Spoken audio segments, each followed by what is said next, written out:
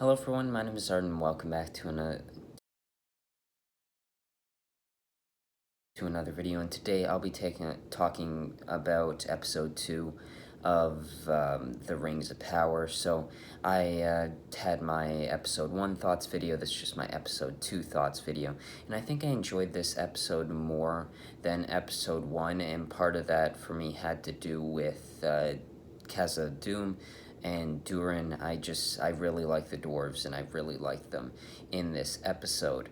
Galadriel, I would say, was in this episode a bit less. Of course, you had that stuff with, I believe, Hellbrand, his name, or something along those lines, in the seas, and then ending with them, I'm guessing, on like a Númenórean shore, and that's how we'll be introduced to Númenor in this series.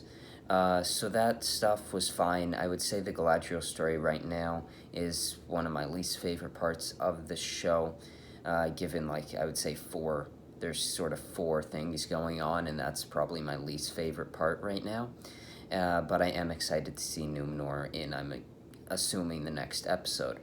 And the next part, of course, you have the relationship between, I don't know the character's name at the moment, but the dwarf and the just woman there in the village.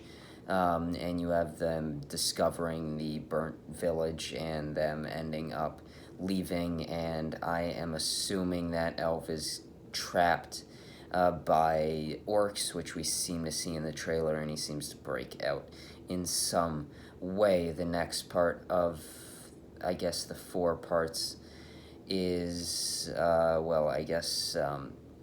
Elrond with Celebrimbor and going to Khazad-dûm and seeing Durin the 4th, and I guess later the 5th or 4th, after, and then the 5th. So we see Durin's wife and I guess a bit of their children. They're kind of in the helmets there. I really loved Khazad-dûm, and one thing that this episode had for me was the theme music. When they first went to Khazad-dûm, where you saw the mountains, and I felt like when I heard it, there was a bit of what we had in Lord of the Rings for a lot of the dwarven kingdoms. And I really liked that. I liked the dwarves. I thought they looked great first, and I just really got when they were doing the whole rock smashing ceremony, and when they were all chanting, it really felt like when the dwarves went to Bilbo's house in The Hobbit, and I absolutely love that scene from The Unexpected Journey, so I just really felt that here, and I really enjoyed that part of this episode. So I enjoyed episode 2 more than episode 1, and that mainly had to do with the dwarves. I thought I really liked the dwarves quite a bit.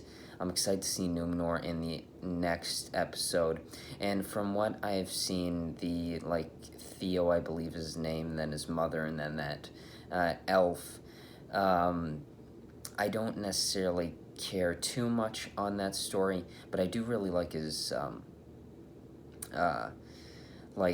his armor. And I can't entirely remember if this was episode 1 or episode 2. I believe it would have been the end of episode 1, but we had the Meteor Man there, which I didn't even talk about in my episode 1 thing, but now we have a bit more of him, as well as with Nori, and I believe Poppy, the Harfoots. And yeah, I enjoyed that part. I like the Harfoots so far. The Meteor Man is confusing me on who that might be, reading some stuff. There's, like, the Blue Wizards. I think that would be really cool. And then I believe I read another thing, maybe guessing it could have been Sauron, who, I don't know, I'm guessing we saw him in one of the trailers. He has, like, the blonde hair and the white robes over him, which that's who I'm assuming that is. I'm not 100% sure there. But I enjoyed this episode quite a bit. The themes were a bit better for me. I'm excited to see Númenor. The Meteor Man stuff, to me, is not as interesting, but I do like the Harfoots. I'm excited to see the escape for that elf, because from what I've seen in the trailers, it looks to be really cool. And one other thing that I absolutely love in The Lord of the Rings and The Hobbit, especially in The Hobbit Battle of the Five Armies Extended Edition, is the orc chopped off heads, especially with Thranduil goes in and he picks up like 10 orcs in the antlers of the moose and just chops off their heads. I absolutely love orc chopped off heads. And we sort of got that here with the mother of Theo coming into like the bar area or the whatever it is and presenting that orc chopped off head.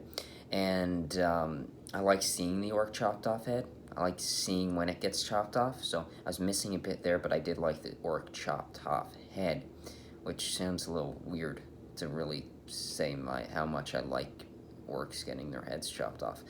But I enjoyed it.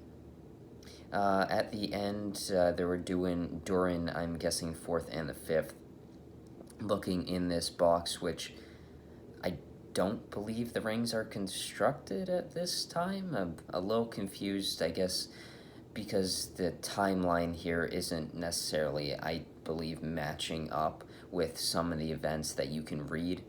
And so because of that, I'm not 100% sure what that might be. I'm assuming it's like one of the Silmarils, or I guess it could be the Dwarven Rings. I don't know. I'm not 100% sure on what we'll see there, because of course Celebrimbor, with I guess the help of Elrond, will end up forging those rings, which I'm guessing will be the end of the season. I'm not 100% sure what we're leading up to. Of course, I know that will be leading up to the battle at the end of the Last Alliance, as well as the fall of Numenor, the construction of the rings, and all of that will happen in the next, I believe, 5 seasons.